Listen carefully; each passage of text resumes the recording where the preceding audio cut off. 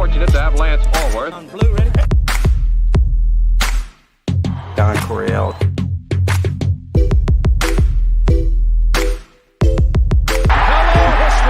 Touchdown, San Diego! Woo!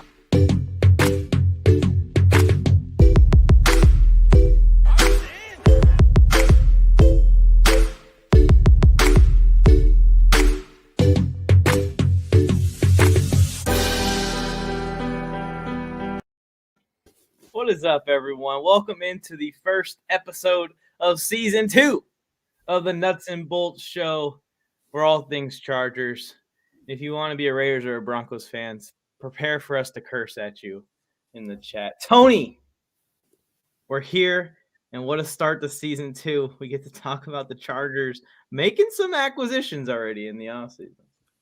I love it. Here's the other thing I want to say. You only said Broncos and Raiders. If you're a Chiefs fan, we're just going to block you. Like, yeah, you don't even get invited. You don't even get to be here and watch the party. I have been buzzing, Mike. Yeah, me too. Me too. I feel like we won a big game or something, but didn't have to play in a game. Didn't have to go through the stress of fourth down conversions. So we're going to get to that. We'll talk a little Mike Williams, and we're going to spend some free agency money. So if you are a Chargers fan, we definitely want to see the players that you want are hoping our Chargers come next Wednesday when they can legally sign. We'll probably know who a bunch of them are by like Monday afternoon, but they'll be official on Wednesday. I'm starting to parade in my driveway, Mike. I'm not even lying. That's Thor's hammer coming down right now from the graces, from the heavens of Justin Herbert's mighty fist. Anyways, you want to do it in chronological order? Talk about Mike Williams' deal first. What are your thoughts? I know that we're probably gonna have a little bit of different thoughts, but I'm more biased than you because I've been a fan of Mike Williams his whole life. Here's the thing. I love Mike Williams. I think he's a tremendous football player.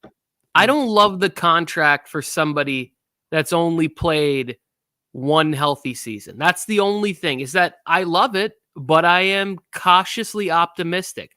Would I love to see the next 3 years he plays a minimum of 13 to 17 games? Yes, that is what I am really hoping for. I get that every player is going to get twisted ankles, hammies, all those things. That's part of it because you were playing at such a high level. But it can't be like 6 games one season, 8 games another. So like I'm hoping everything from last year just catapults into this year, and he's a monster. Like, and this is something I was very unfair about this last year. First year in this system, Herbert, new coordinator, new pieces. Mike trying to fill that Mike Thomas role.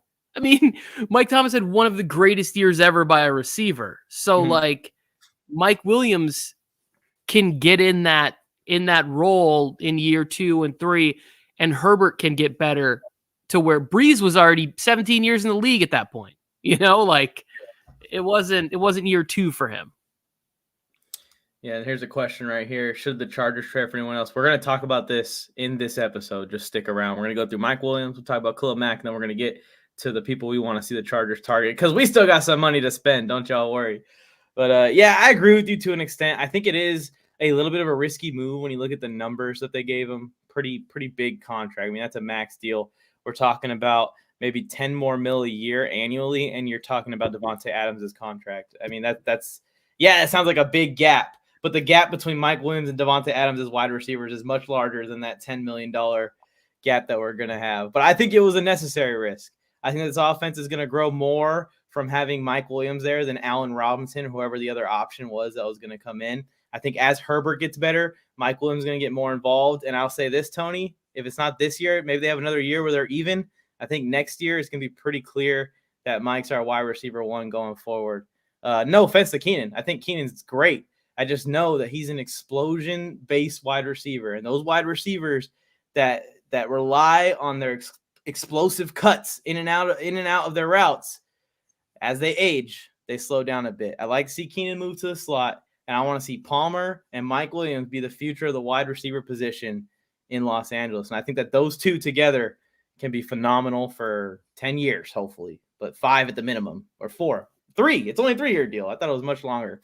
That's another thing, is that we don't know where the out is. Is the out after year 2? It's after year 2. Okay, so if it does completely fail, we're only going to take that massive cap hit once, that $20 million cap hit once. So that part is also a little comforting.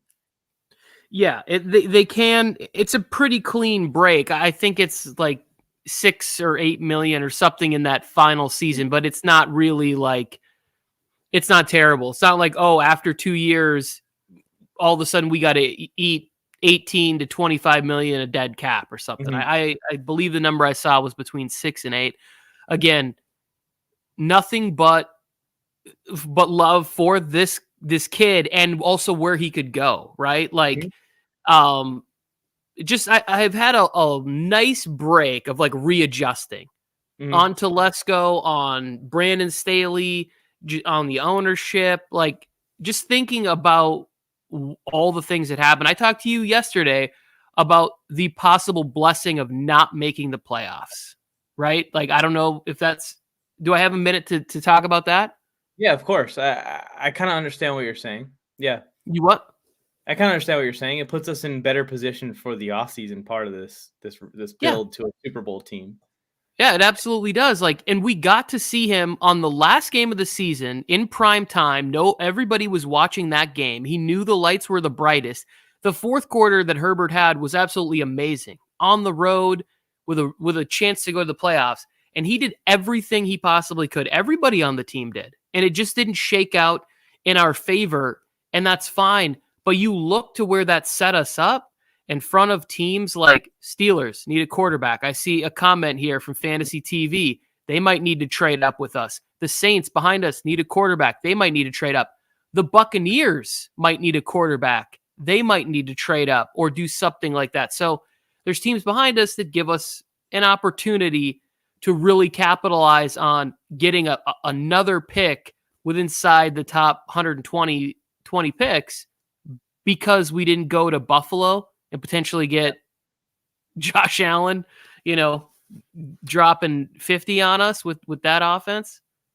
Yeah, and Josh Allen's kind of up and down. That was very much an up part of his season, probably the maximum up, which was the perfect time for him to do it, and they still somehow lost that game. That broke my heart, and I'm a Chargers fan when they lost to the Chiefs. But yeah, I'm with you. It did work out, I guess, in that favor, because once Deshaun Watson moves, which is looking like it's going to be inevitable now, any day now, maybe. And once Jimmy Garoppolo moves, I hate saying that Jimmy Garoppolo is the final starting quality QB available to be moved, all those teams are going to be QB less, trying to find a way to move up and get a QB in the draft, or trying to find some kind of option elsewhere. So I think that there is a good possibility that either the Chargers have trade partners, or teams are trying to jump the Chargers, and the players the Chargers want are sliding to them. One of the two. Agreed. Yeah, I think there's a lot of talent, and we'll see more after free agency. There's a lot of questions coming in here. I don't know if you want to get to some of these guys. I see Dizzo, and I don't know what this is, but I'm going to mess it up. STK? Oh, yeah, STK. Yeah, we're going to talk about all these additions at the end. We're going to talk about Khalil Mack next. Steelers QB. Maybe we'll do a Q&A at the end for the non-Chargers comments. Should the Chargers go for O-lineman to replace Bulaga? I think the answer is yes.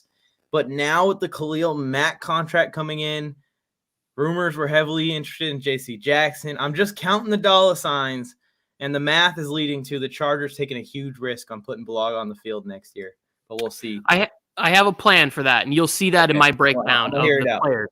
Stephon Gilmore, Chargers are interested in Stephon Gilmore as well. I think he's a backup plan. There's rumors they're like interested in picking up 2 DBs. I don't know if it'd be like a Stephon Gilmore and a J.C. Jackson.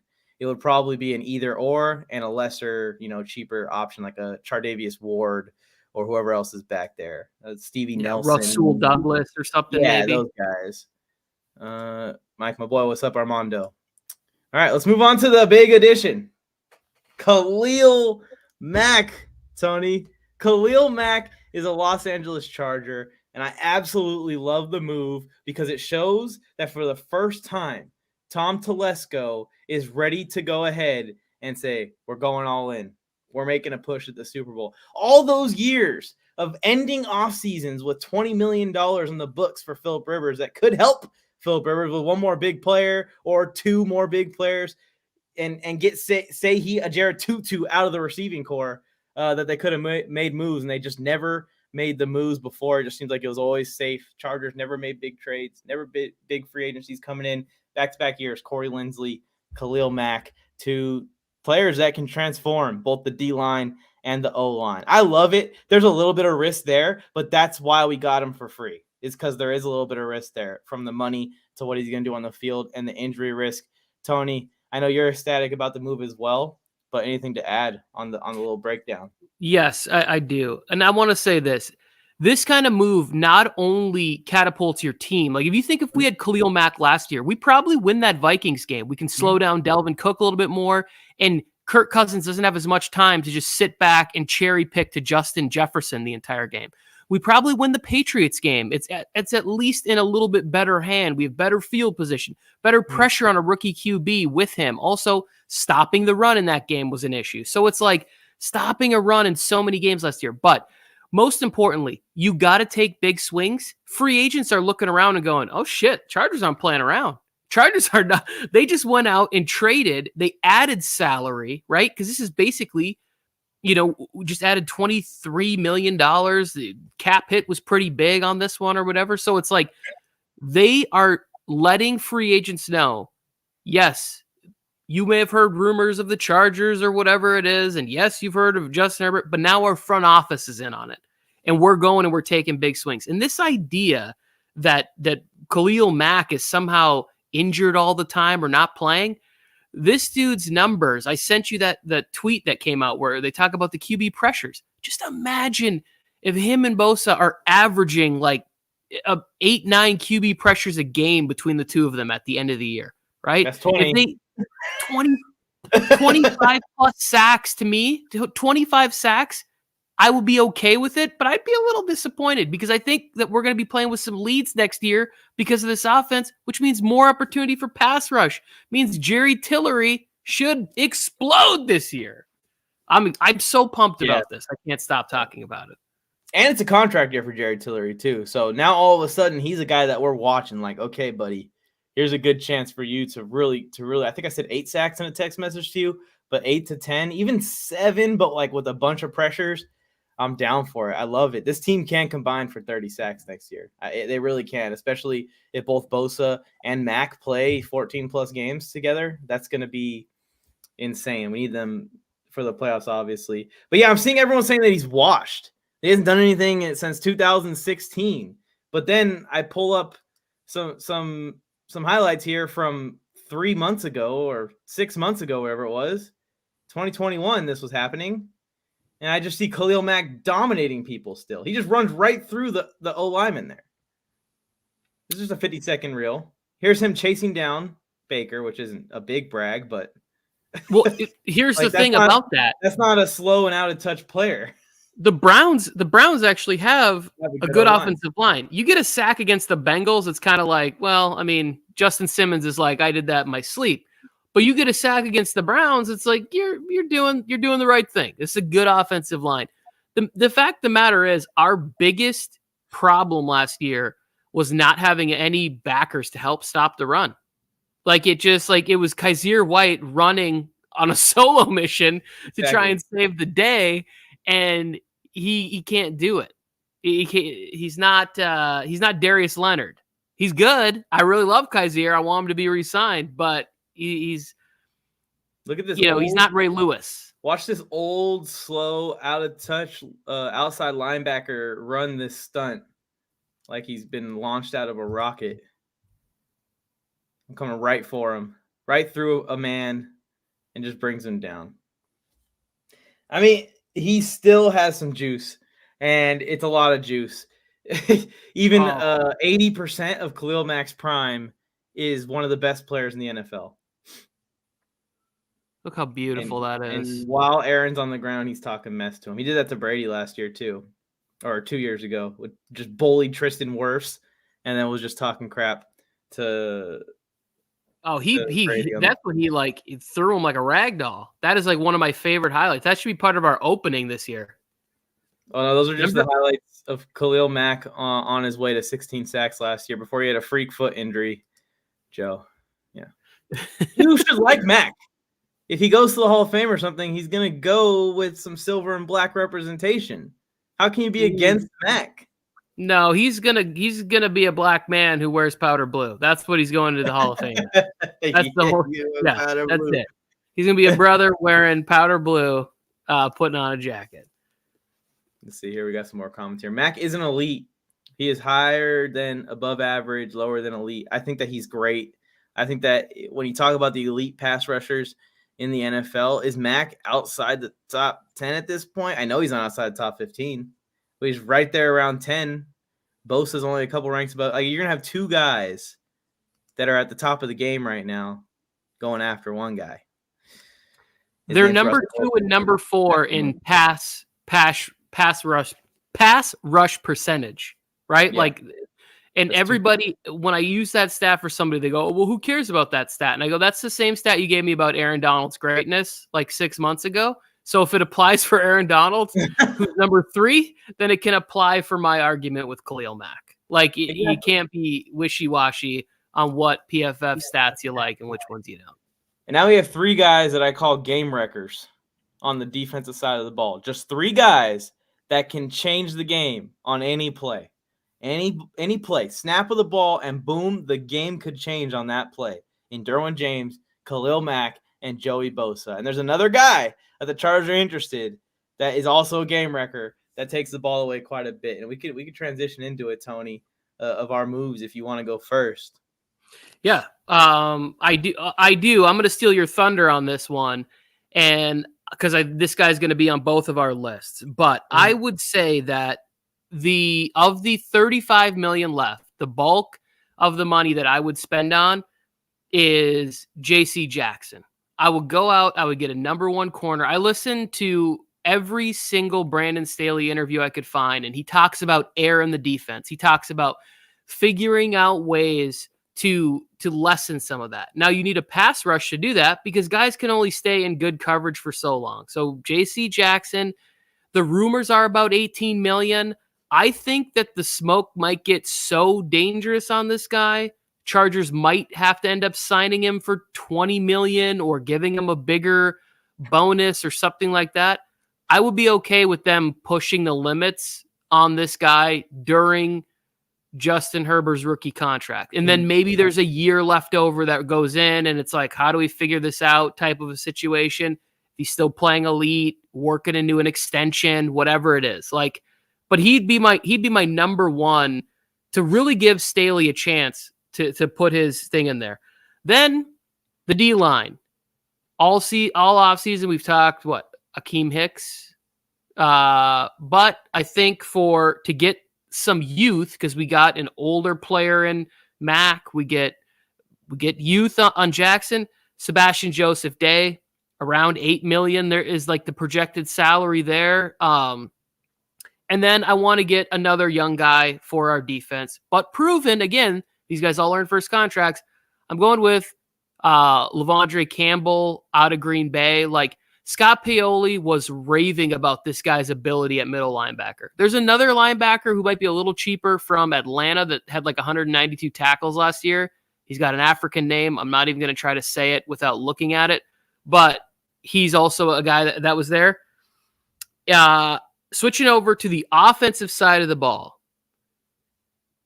somebody up there asked about Bulaga. I think it was STK. I would cut Brian Bulaga. I would say, unless you have some sort of deal with Corey Linsley and their buddies and, they all get together, I would cut him. I wouldn't go through another year of this and just say, hey, it's not been great. And that would give us another 10, which I didn't even play with in this scenario. But then I would sign Joseph Noteboom. He's an offensive tackle, played pretty nicely in Andrew Whitworth's absence in some really big games. And I think you could put him at right tackle. It's worth it. They're projecting his salary between $4 and $5 million. So I wrote it down for 5 here. And then this is one that we haven't talked about. It's not necessarily a position of need. The Browns put a tender on Dearness Johnson. I like it. Dearness Johnson, if you went there and said, hey, 2 years, $3 million per season or something, like, we'll give you a $6 million contract or whatever, then the Browns have to be like, all right, they have the chance to say, oh, we'll match that, or you can go play somewhere else. So he's a restricted free agent, but I think it's worth a conversation for a guy that doesn't have a lot of carries, but averages over 5 yards a touch in the NFL and runs between the tackles and would be a great change of pace for Austin Eckler. And as Eckler's tackles start to go up, you start giving more to this kid in, end of year 1, year 2, like that. He's got burst. I think it's worth bringing in a running back that's already started games in the NFL, meaningful games in the NFL. So Dearness Johnson would be my last player there. That would keep us somewhere under 35 on the cap hit. I like it. To summarize, who are the ones that you picked up from the top? So defensive side of the ball was J.C. Jackson, Yeah. Lavondre Campbell from Green Bay, Sebastian Joseph Day from the Rams, Joe Noteboom from the Rams, and Dearness Johnson from the Cleveland Browns, running back. Okay, cool. So I think that it's cool. We went different directions a little bit, not intentionally. I am also going to go with J.C. Jackson. I think this is a slam dunk, and the Chargers can't go wrong here. J.C. Jackson is a game wrecker. Even if you're worried about J.C. Jackson having to be the lockdown corner, I know that he's more of a zone guy than a man guy, but he's very good at man coverage too, is what I've noticed from more and more digging on the guy. He just all around just a really good football player and a really good defensive back. I think he's going to fit perfect in with this defense. You got Derwin James, who's a ball hawking kind of guy, can take the ball away. You got J.C. Jackson's a ball hawk who can take the ball away, paired with the pass rush, forcing quarterbacks to get the ball out earlier than they want to. It's just a match made in heaven. It's perfect. I think JC will love living in LA. I think he'll love playing on this defense because he likes to celebrate after he gets an interception. Well, guess what? We go and take a picture at the end of the end zone every time we get a turnover on defense. It just all makes sense. I also have 18 mil marked down, but I'm okay with going upwards of that. I think, though, that the Chargers can possibly work a large signing bonus, low cap hit contract with JC. And it may shock us that year 1 cap hit. We may be like, oh, snap. They got him for 11 on the cap, even though they spent 25 total pay. And then, of course, in the next couple seasons, it's going to be 20 every year.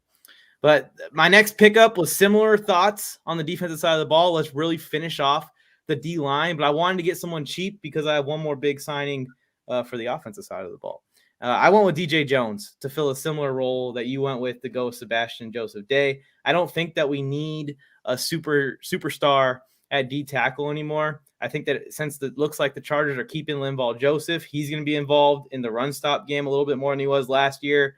Probably going to come out on third downs, and then DJ Jones can come in and be our pass rushing interior D lineman with Jerry Tillery. And of course, Bosa and both Bosa and Mack move across the line.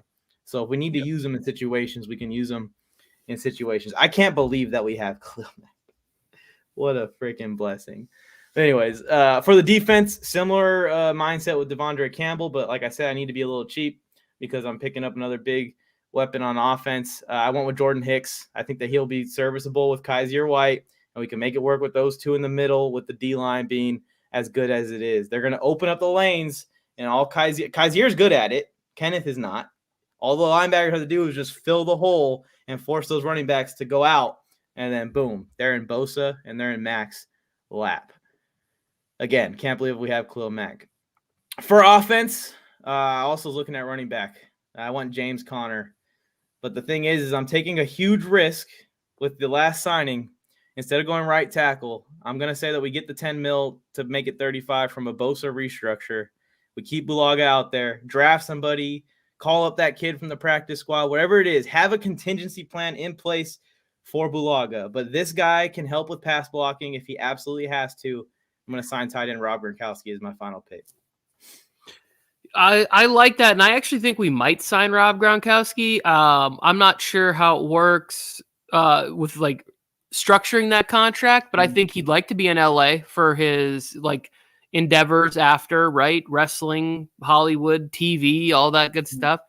And he wants to play with a quarterback that can get him the ball in a fun offense, you know? And it's like, I could definitely see a 1-year deal, come on out here to like maybe some incentives or whatever it is. I wouldn't be mad about any of these signings. Jordan Hicks would be on mine. I think Campbell is a potential all-pro linebacker. That's why I had him, and I would pay a little bit extra for him. I think, I like the idea of bringing in players that like in 2 years, you might be like, oh my goodness, we have this guy's a steal. I don't think Jordan Hicks is that guy. But to me, Lavondre Campbell could be that guy where like, wait, we're only paying him $9 million this year. It's like, this guy might hold out and ask for more money. Like, I like those kind of problems where it's like players are just outdoing their contracts performance-wise. I don't love James Conner. I love him, the story, the player, whatever. Like, I just feel like there's always injuries. Like, he stayed healthy for most of 1 year in Arizona, but remember all those Pittsburgh years where it was like James Conner's shoulder, James Conner leg, thigh. Like, he missed a lot of games. That's what got him out of Pittsburgh at the end of the day. Yeah. This team was good.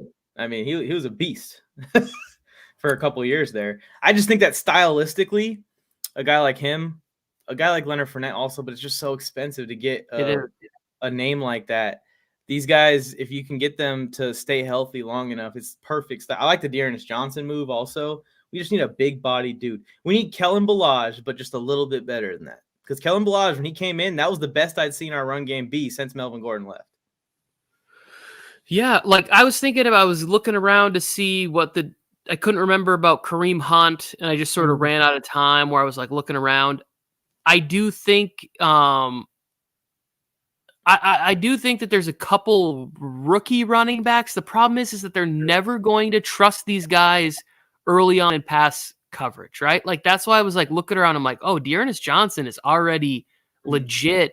He picks up the blitz well in case they want to have him in there on a third down. Like, and he's been a starter. And I could see the pushback being, oh, the Browns have one of the best lines. Chargers have a very good line and have a chance to be better if they can figure out the right tackle situation. So, I mean, they had 2 guys go to the Pro Bowl. That's a pretty good start. And now you get a right tackle out there. Both all pro first team too. The center and the left tackle. You guys may have heard of their names before. But I want to interact with STK. He's asking. Here we go. I was about to go to the comments here and answer some of these questions.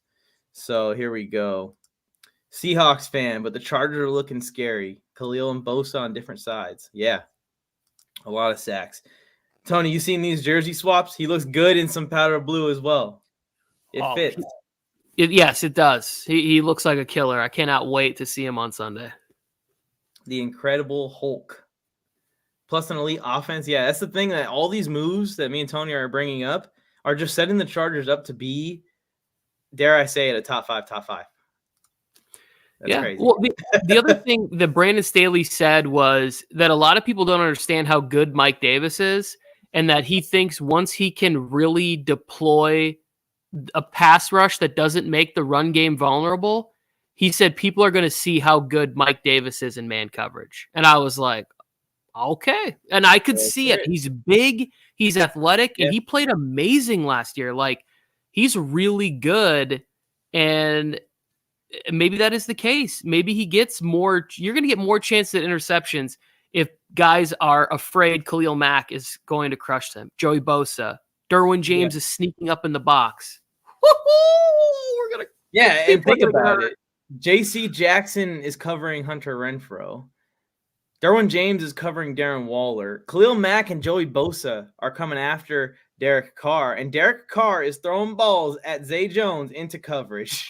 I think I was gonna save this for Joe later, but I think somehow Jimmy G is gonna end up in Las Vegas, and I think Derek Carr is going to end up in. I saw a rumor about Cleveland. I saw Derek Carr being rumored to the Colts. I think Derek Carr ends up elsewhere, and I think Joe ends up with Jimmy G, who's familiar with McDaniel's offense, knows it, and here's the thing, we might not hear, I know that you're laughing because we are going to troll the shit out of Joe Morley, our third partner in crime here, Warzone. But Jimmy G had shoulder surgery or whatever, and they won't know about throwing for a little bit. I think that the Raiders are going to get involved with some Deshaun Jackson, some trades, I think we're going to see Jimmy G in a Raiders uniform. How do you like that, Joe Morley? I enjoy it a lot, and I could see the vision. Josh McDaniels, like, this is the peak right now. Everyone needs a quarterback. We can get first-round picks for Derek Carr right now, and I think they sincerely can. Derek Carr is a good quarterback. What you saw Stafford go for, Carr's not as good as Stafford, but 2 first-round picks. What do you think? I think it's close to that at this point in time with him. Yeah, and I mean, does it make sense? Could you see Jimmy G going and reuniting with Josh McDaniels? Yeah, I could, because McDaniels could go and talk to the Niners and be like, no one wants Jimmy G now. Everyone got their quarterback, so let's get him for a third or get him for really cheap, and they start to build the team up from there around Jimmy Garoppolo. It's a dumbass move. It would be so dumb, but I could see it going down. Yeah. But to me, it's just funny that, like, yeah, I saw a lot of Raiders fans being like, people said we wouldn't make the playoffs last year. I'm like, yeah, but what about the 8 years before that where you hadn't done jack shit? 20 years before that. Yeah. Here we go. Who do you think is better, Tony? Would you rather? I think we'd rather have JC. But let's say we get Gilmore for half the price. Which one would you rather have? Half the price Gilmore or the max deal to JC? I think I'm still going JC. What do you think? I would rather have JC because, like I said, I want the defensive guys I picked were youthful. And I think that if you're going to spend some big money before, you want proven youthful talent to go with Herbert. And the ones that pan out get contract extensions next to Herbert in exactly. 2-3 seasons from now, you know? That's exactly what I was going to say. For JC, he's a guy, he signs the deal now. The deal ends when we're about to bring Herbert back. So you can kind of, hopefully we've won a Super Bowl by then. But even if we haven't, you can kind of be like, okay, who's our core? Who do we have to hold on to? Okay, Bosa's going to stay. JC's going to stay. Derwin's going to stay. And we'll make the tough decisions with other players. Because, yes, we're going to get money strapped when we got to pay Herbert. That's why I think the all-in thing is going on right now. Seeing the Mac deal, I have utter confidence that they're going to go on a spending spree. Let's see. What about Chris Harris? Yeah, he said, isn't he old? He answered his own question. Well, Chris Harris isn't on the team anymore. He's a free agent technically right now. I wouldn't be surprised to hear a retirement answer. We took a chance on him. We gave him some money too. I think he was $10 million a year for 2 years, and he just wasn't there, man. And the Broncos fans warned me, and that's a big difference between the Mac and the Chris Harris stuff. Is that all the Bears fans are posting like tribute videos, like, oh no, it's so sad, and the Broncos fans were telling me like, we're actually kind of happy Chris Harris is off the team. It's a big difference. Well, yeah, and it's different too because what you can still do, even if Khalil Mack's 31, he's still got enough burst to go after and chase the quarterback, right? Like you can still, Dwight Freeney could still go after and get the quarterback when he was late in his career. He just couldn't do everything for 4 straight quarters. I think Khalil Mack is still a top end player. I think he's still elite. I don't care what anybody says. Well, I'll say this. I'm very, very confident that Khalil Mack's better than Von Miller right now. I would have no problem with anybody saying that. Simply Dab came back. You think the Chargers should go after Trent Brown? I actually am not for Trent Brown. I've never been a fan of Trent Brown. I know he's a decent tackle, but it just seems like he's always had a bad time with every team he's landed on. And he's a free agent once again, and is probably going to get overpaid once again. But what do you think about Trent Brown? I'm on the same page with you right there. This is going to be like his 3rd team in 4 seasons or something potentially. Yeah. That's not good for me that you can hit the open market like that. Like eventually you kind of you got to land in the right spot, and somebody's got to say, especially when you're looking for somebody to protect your quarterback always. Put him in Cincy or Vegas. There's his spots. Honestly, I think the Raiders should go full tank mode. I've seen this take out there, actually. I put a video up, Tony, and I proposed that deal with Deshaun Watson going to Vegas. Deshaun Watson's not going to Vegas. Get that shit up already. But in the comments, I just want to bait all the Raiders fans to turn on Derek Carr so I can use it later. And it worked. It worked beautifully. I saw some takes like this where like, we just need to tank because we aren't going to keep up with these guys. Even though you have the guy you've been yelling is a top 10 quarterback for 10 years. Carr going to Indy and Jimmy going to Vegas. Same idea as you, Tony. Yeah, this is great minds think alike, STK. What's this question? Do you guys think y'all should trade people to free up cap or get a player? I think that not necessarily trade Mini Elias. I think that there are some players that can be cut to free up some space. The top of the list is Brian Bulaga. He's a 10 mil clear. And then I think next up is Linval Joseph, who would clear, I think, 8 or something. I think Joseph, I think you're mistaking Joseph for Justin Jones because I think Linval Joseph is a free agent and he's looking at a 1-year deal. I think I saw for like, he wants around 6.5. I think it's Justin Jones we have under contract for 1 more season, who we could cut, I believe. I could be tripping. Yeah, I know Justin. I have Jones been accused of being cross-eyed, so maybe I didn't read it correctly. But I would say like there's other cuts that can be made too, to clear up more little fine-tuning. Guys like Josh Kelly's still got some money, clears up like $1.5 million, and Bulaga to me is the big one. I think he's got to go. I do not want to pay him $10 million and then in week 4 on the road, the back goes out or the hip gives out. It's not a good thing for him to carry the weight of that position. Like we need that offensive line to be solidified. We cannot have another year of having to patchwork with Storm Norton guys and Trey Pipkins and practice squad players. It just needs to be somebody that we're like, all right, this is your job. It might be bumpy, but get out there. And again, that's a position that's very deep. I was watching the Senior Bowl O-line and I watched the combine. Like these kids can move. And I think back in the day, like when I was watching football, these guys weren't able to kick with both legs. Some of these offensive linemen are playing guard, center, and tackle at a high level. There's a kid, Zion Johnson or something out of like Boston College or some not very well-known school. This kid is a beast, plays all 3 lines, all 3 spots on the offensive line. I could see it. Yeah, and even if you have to kind of take a risk on somebody, let's take a risk on a young guy that's cheap and it's like an easy, like, okay, well, we can maybe look at people at the trade deadline, or maybe we can look at people next off season where we get a second go at it if we don't get a right tackle via free agency or the first pick in the draft, the 17th pick, I should say. Where do you think Watson will go? I think he's gonna. I've been on Miami ever since they tried to trade for him originally. I think Miami or Carolina are my 2 spots for him, just because I feel like both those teams are ready to line up the 5 first-round picks for him or 4 first-round picks for him. Yeah, Tony, you're high on Tampa. I agree. Tampa's probably the best fit.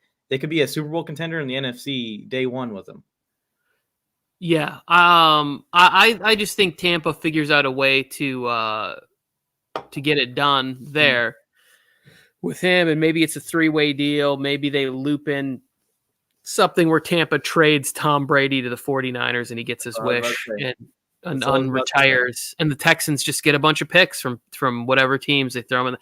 I think the Texans are just going to say, we can include as many people as we want. Just keep throwing us picks, players. Nice. 3-way deal. I like it. Yeah. Just keep throwing the picks at me. San Fran sends picks. Yeah. Tampa sends picks, all of it. Yeah. Yeah, and everybody gets what they want. The Niners get Tom Brady for 2 years, and the Bucs get a quarterback. What happened? The rights to Tom Brady. Yeah, if Tom gets traded to the 49ers, he's putting on that red and gold in a heartbeat. He's like, sorry, Giselle, see you in 48 months. Bye. Poor Trey. I think on Sunday we will find out where Deshaun is going. I think in the next couple of days too. If anything, it's going to be before that March 16th when free agency opens. I think he's going to be on a different team. We'll I see, think though. the rumors are going to fly all weekend about, Yeah. it's going to be, Tom Pelissaro reports that this team has inquired about Deshaun. Here's the thing about Carolina. I think the ownership was just forced to sell because of some sort of, lascivious stuff, let's say, with doing with women. So maybe that's not a great spot for them. I don't know. That's just me, like, kind of a bad look. That's why I said Washington wasn't a good spot for him. But it'll be interesting. Hopefully everything clears and the kid can move on with his life. Jordan Love, STK saying he feels bad for Jordan Love. He wants to see him go to Indy or Carolina. Maybe Jordan Love's the future Raiders quarterback, but Jordan Love probably is going to get traded too. It's going to be for nothing. And someone might take a shot on him once it's like, no one else can do anything. But listen, hear me out. Washington did a very lateral move to Carson Wentz, in my opinion. Not that I think that Carson Wentz is worse than Tyler Heineke. I just feel like he's going to bring the same kind of play at just a little bit higher level. That real risky, like, I'm just going to leave it all on the field and see what happens type of play. That works sometimes. But usually it doesn't work for an entire season, and it doesn't work in the playoffs for damn sure. I would have rather seen Washington go on a shot on a young guy like a Jordan Love than go for Carson Wentz. I don't feel bad for Jordan Love at all. He's a professional. He was picked where he was. It sucks for him, but like, you get that much time. I feel like Jordan Love let me down. I mean, Aaron Rodgers ruined stuff for me, so Jordan Love should have ruined things for him, and he didn't. And that's why Aaron Rodgers had all the leverage, and he's still there. So I don't feel bad for Jordan Love at all. I mean, Patrick Mahomes did prove his way into that spot. Anything you watch about in practice, they said that they knew Patrick Mahomes was a freaking beast that entire time, just waiting to be unleashed on the league. Jordan Love, if you were waiting to be unleashed on the league, LaFleur should know this. The Packers should have moved on. Yeah. I think there's something with leadership and confidence and whatever else. And I think that's part of what's missing to the Carson Wentz thing before that is like nobody denies the talent. It's just nobody wants to be around him. At least people want to be around Taylor Heineke. They love him. You got Chase Young and Terry McLaurin going to bat for some kid that they know should be the quarterback's assistant coach at best, I take that back. Taylor Heineke's a solid backup. I'd like him as a backup. I would too. They're looking like Easton Stick's going to be back, though. Nothing on him. I thought that he would have got cut because they're just trying to clear as much cap and then worry about backup quarterback another day. Simply Dab wants to see Ode Ibushi back. I would be down for that, although I feel like the guards that have filled in when we need them to have done very nicely, and I love Filer. I might get a Filer jersey. I talk about him so much. Pick up a speedy wide receiver. I like Josh Palmer just to fill that role. Maybe they draft people, and it's similar to like how Tyron and Jalen have kind of just rotated through as just late draft picks, just giving them a shot with a superstar quarterback in Herbert. Reliable at tight end. We've talked about tight end position. It could be a smaller signing than Gronk. It could just be like a Rob Tunyon come to the team or something. Which then I can really say, Rob, Bob, the GOAT, Tunyon. Palmer McKitty developed. That's another guy that I think is sneakily in the running to be our tight end is McKitty. I think that I don't really at both things. Yeah, I don't think that it's really that sneaky. I think they just say they're going to throw him out there and say, "Hey, you're on a loaded team. Go out there and be an offensive weapon." Because the kid, he got in some games last year. I remember at the beginning of the season, every time we do a show, I was like, "Why isn't he giving him reps? We're up in these games at the end of some of these games. Like, just put him out there and let him like feel what the crunch of the pads, the game, the movement, the pace." But I could say they just throw him into the fire and be like, "Hey, do your best." I wouldn't be mad about that at all. I don't think you need to have $15 million invested in a tight end. Like, run out Donald Parham and McKitty, and McKitty will get 650 yards with Herbert and probably 5-6 touchdowns. The guy's 6'6" and runs a pretty good 40. Like, just let him get out there and eat because he gets single coverage. Nobody pays attention to him because Mike Williams is amazing. What do you think about Morgan Moses? I had Morgan Moses slated in one of my little like imaginary scenarios. I like Morgan Moses as an option. I just don't want to pay a non-sure thing player at a position where I'm not going to say it's absolutely vital that we have an elite player there, but I just want someone that I trust there. and I don't fully trust Morgan Moses. So I'd rather get Devondre Campbell or Bobby Wagner than spend the money on Morgan Moses. I looked at it. Morgan Moses is a little more expensive than even like I put Noteboom on mine. $5 million a year for right tackle. I think that's a good number. Morgan Moses was like $8-9 million. I was like, the Jets have been sorry on offensive line for a while, and they have a bunch of cap space, and they're not signing this guy. Like, why? Yeah. Then why do I want him? That's the red flag for me. Yeah. If they did sign him, I'd welcome him with opening arms. I don't care. I'm going to support who's ever at right tackle this year, as long as their name is not Storm or Norton or anything to do with the weather. Yes. Tons at all. I will support them. And not from the XFL either. So that's our only requirements, Chargers. Go ahead and knock yourself out freaking getting an XFL player named Wendy Charles or something. Yes, exactly. Yeah. But yeah, I agree with you. I think that the tackle class is interesting. I think that we're at a disadvantage for these guys that aren't worth the money they're going to get paid, because Teron Armstead is going to just spike the market up for tackles this offseason. He's the big one. He's going to get a max deal, and all these other guys are going to say, you see how important the right tackle spot is? You see what the Bengals gave Teron Armstead? We want half of it. Isn't he left tackle, though? I think he's a left tackle, yeah. Yeah, tackles in general, he's going to set the market. Yeah, so left tackles are the guys that get paid. Right tackles, it's not as lucrative of a position. Who are you hoping the Chargers pick up in free agency? Yeah, we were just talking about this. If you want to rewind it, Kurt, we both gave 5 players each. So go back. There's 10. Well, one of them overlaps. So there's 9 different players that we suggested. Yeah, 9 different. And I think a pretty,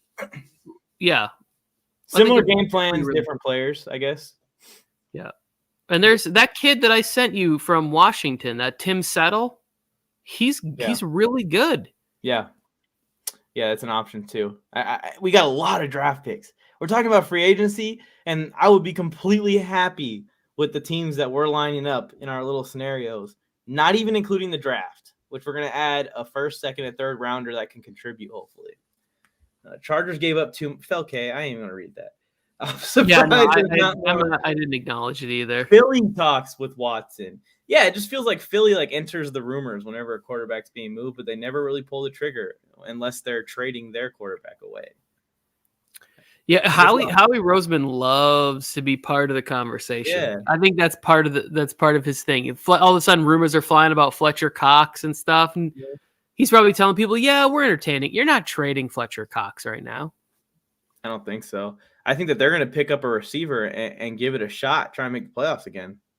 Yeah, they just re-signed Jason Kelce for $14 million, which I know we're talking Chargers, but I love it when people support their young quarterbacks. It's the same thing that the Chargers did. They go out, they get Corey Lindsey was so vital to the success of the offense and everything. And when you can get a smart center that can get up there, direct the line, help out the young quarterback, you can't fully evaluate a young quarterback without a functioning center and left tackle. You just have to have it.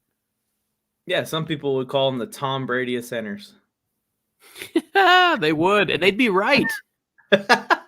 Fun fact, Tyrod Taylor has a Super Bowl ring. I remember that. I remember those days when Tyrod Taylor came out of Baltimore and went to Buffalo. I was a young lad growing up in the world. Elbow cough. Okay. I like Storm Norton as a back. I don't. Simply, Dad, we just can't do it anymore. He can't be on the roster because for some reason he has some kind of magic that he uses that gets him into the lineup somewhere, somehow. Dab, my wife, who watches like 3 football games a year, was like, who's number 74? This guy's getting beat every time. He's terrible. And I was like, it's okay. And I was like trying to stay positive. And she's like, 74 again. Oh, look, he got beat. He didn't even stand up. And I'm like, okay, please stop reminding me. Stop. I don't want to watch him. I'm trying to watch the offense. And he was just getting toasted. Wait until she gets to see Jimmy Garoppolo in the Raiders uniform. She's going to enjoy that one.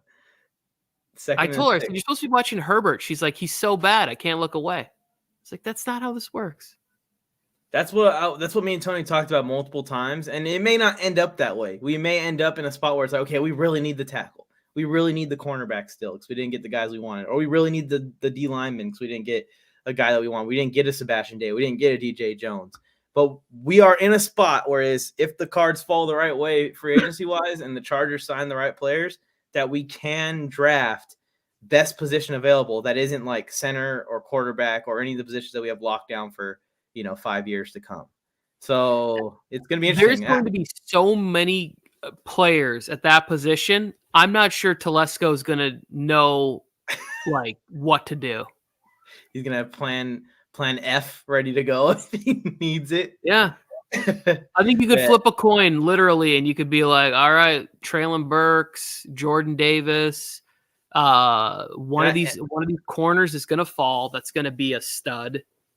And I've decided, I went back and forth with this for a while, that if we're going to yoke up this team, let's yoke up the special teams also. I'm down with drafting that kid. Wherever they got to do it, wherever they feel is the spot, that it's maybe a little bit of a reach, but for sure you're going to get him. Get that punter out of San Diego State. I'm down for it. Oh, after the free agency's over and we do our episode for draft talk, I'm pushing really hard that our third round pick is Matt Ariza out of San Diego State. I like it. I'm not even joking. Like this kid he brings excitement. He brings anticipation. You're going to have players on the Chargers going over and be like, oh, we're punting for the first time this game. Let's see what the kid does for a show. Like they're going to want to see if he can hit a 75-yarder. That's exciting. Yeah. That's good for the team. Yeah, I would love it. And he's a kid just coincidentally from San Diego, went San Diego State. Yeah, and he's a weapon. We need that weapon. Yep, he's another weapon. All right, we answered all the questions. I feel like it was a good show. That's awesome. This is fun. I miss this. I miss this. Me and Mike do this like once a week. I text Mike, hey, Mike, can you chat just 5 minutes? And next thing I know, I look down at my phone. You've been talking for an hour and 37 minutes. And I'm like, oh, shit. I have so many things that I need to do. You have responsibilities. Yeah, I can only say that out loud because I know my wife will never watch this show, especially not this far in. And she won't know that I waste an hour and a half at least once a week talking to Mike on the phone. Yeah, maybe you're doing something productive while you're talking. Like, oh, I'm not. No. Reading a book and talking? Like, I couldn't even host a show and spell the word done. Or down. What was I trying to spell? I couldn't even host a show and spell the word down at the same time. You can do the going. Yeah, but this is good. I think next week, what do you think? Maybe trying to reconvene. I know you got a busy class schedule, but maybe we try and do something. Let's do it. Like maybe a short breaking Wednesday night. We reconvene, Chargers, Bolt fam, and talk about all the free agency. Yeah, let's see if news breaks. We might have to do two. Oh. But yeah, maybe Wednesday or Friday night, one of the two, depending on what we're looking at in the free agency, because it opens up Wednesday morning, right? So Wednesday, a ton of players are going to get signed. 10 players are going to get signed. NFL Network is starting its free agency frenzy coverage Sunday. They're doing like a few hours, and then Monday is like the legal tampering time. Oh, really? I thought yeah. So Monday opens up where people can start talking. Because they want to give an idea, right? Because it's like they always come in and they say, oh, it's reported this player is going here. And then a team finds out and they're like, they call the agent, hey, what does that contract look like? We could give you a little more guaranteed money, or we could give you this, or, like, hey, do you like private jets? Our owner, we'll fly your whole family, or what, like that kind of stuff. For guys like Bobby Wagner, who is one of the guys on the Chargers interest list. By the way, guys, I think there's going to be a total bid fest for Bobby Wagner. I would love him to be a Charger, but I think Bobby Wagner, who has a Super Bowl, is going to say which contender is going to pay me the most money. Yeah, and Jerry Jones will give him the same amount of money he gave his illegitimate child this last week. Yeah, a court date, cab fare to the courthouse. I think. Oh, Felke's here. You saw that story? This Felke, your Cowboys are so close to falling apart. And I know Mike's going to get all sad and defensive of you or whatever. You guys are cutting players left and right. You've Greg the Leg Zerline's gone. Like, you guys next year are going to be an overpaid DeMarcus Lawrence and Micah Parsons on defense. Gonna be. I'm starting to realize that the Cowboys are almost doing like a mini rebuild, like a little like with stars rebuild. We'll call it like a rebuild with a quarterback. I talked to you about this last week. I said they're in trouble and they're regretting this I still don't think they're contract. in trouble because they're in the worst division in football. I wish we could trade places with them. Actually, Oh, would I love that? We need to do a division. We need to do a division swap. Because here's the thing: is we actually beat good teams. Okay, is we're like you guys only beat your division and then suck against everybody else. We beat good teams. that's a whole other can of worms, Tony. Oh, see, and this is where this leads, and that's when I start to get triggered. So I think we're gonna wrap it up, STK. We're gonna stop there. We're gonna hit the brakes there. He's a lot better than Derek Carr. And Felke, for the record, Herbert could never throw interceptions like Favre. Favre's one of a kind. Nobody throws interceptions like Brett Favre. That's why he has 323 of them. One of a kind interception thrower. Yep. All right. Thank you guys for tuning in. This is Devolved. We appreciate you guys. If you're just tuning in, you tuned in late. We talked about the Mike Williams signing early on and our opinions on the contract. We also talked about the Khalil Mack trade earlier on in the show if you want to rewind and rewatch it back. And we gave 9 players that we'd like to see the Chargers go after in free agency here in the next couple of days. Appreciate you guys for tuning in. Tony, any last words for the fabulous people in the chat? No, I would just want to say, what up, Simply Dab? Glad to see he's back here. STK, had a blast talking with him. Can't wait. So excited for football season. Bolt up. Before y'all go anywhere, hit that like button, hit that subscribe button if you aren't already subscribed, and turn on notifications. Things are picking up, ladies and gentlemen, and I can't wait to see 52 and 97 just body slamming fools. San Diego Chargers are fortunate to have Lance Allworth. On Blue Radio. Don Coryell.